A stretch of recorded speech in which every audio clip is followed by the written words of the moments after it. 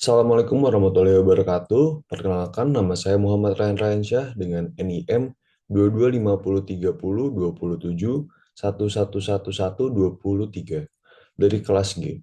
Hari ini saya akan mempresentasikan mengenai tugas mandiri 1, ujian akhir semester pengantar sosiologi industri dengan materi sosiologi industri.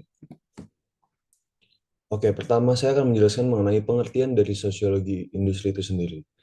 Arti dari sosiologi industri adalah sosiologi yang diterapkan di masyarakat yang ditujukan untuk mencegah masalah-masalah yang terjadi dalam masyarakat industri. Sasaran utamanya adalah meneliti tingkah laku manusia dalam kelompok masyarakat industri tersebut. Sosiologi industri juga dapat diartikan sebagai kajian ilmu sosial yang mempelajari tentang pola ekonomi masyarakat dan struktur industri di suatu negara tersebut. Kondisi tersebut akan memunculkan identitas sosial masyarakat dalam kelompok sosial. Lalu, seberapa penting sih kita mempelajari sosiologi industri? Dengan mempelajari sosiologi industri, kita dapat memahami konsep kedudukan dan peran manusia baik secara individu maupun secara kelompok dalam situasi kehidupan masyarakat industri. Lalu, apa manfaat sosiologi industri bagi kami, para mahasiswa? Dengan mempelajari sosiologi industri, mahasiswa dapat memahami konsep dasar sosiologi di masyarakat industri, memahami pola perilaku dan ekonomi di lingkungan masyarakat. Mahasiswa dapat mengembangkan pola pikir mereka dan dapat mengaplikasikannya di kehidupan sehari-hari pada perkembangan masyarakat di era industrialisasi dan digitalisasi sekarang. Lalu, saya akan membahas isu dunia industri. Saya mengambil contoh 5 sektor bisnis ini yang paling rawan PHK jika resesi tiba. Ada 5 sektor ekonomi. Yang pertama saya mengambil real estate, dan yang kedua ada konstruksi, yang ketiga ada manufaktur, ada retail, dan hospitality. Orang-orang khawatir tentang memori resesi. Hal ini tentunya hantu menakutkan di banyak negara.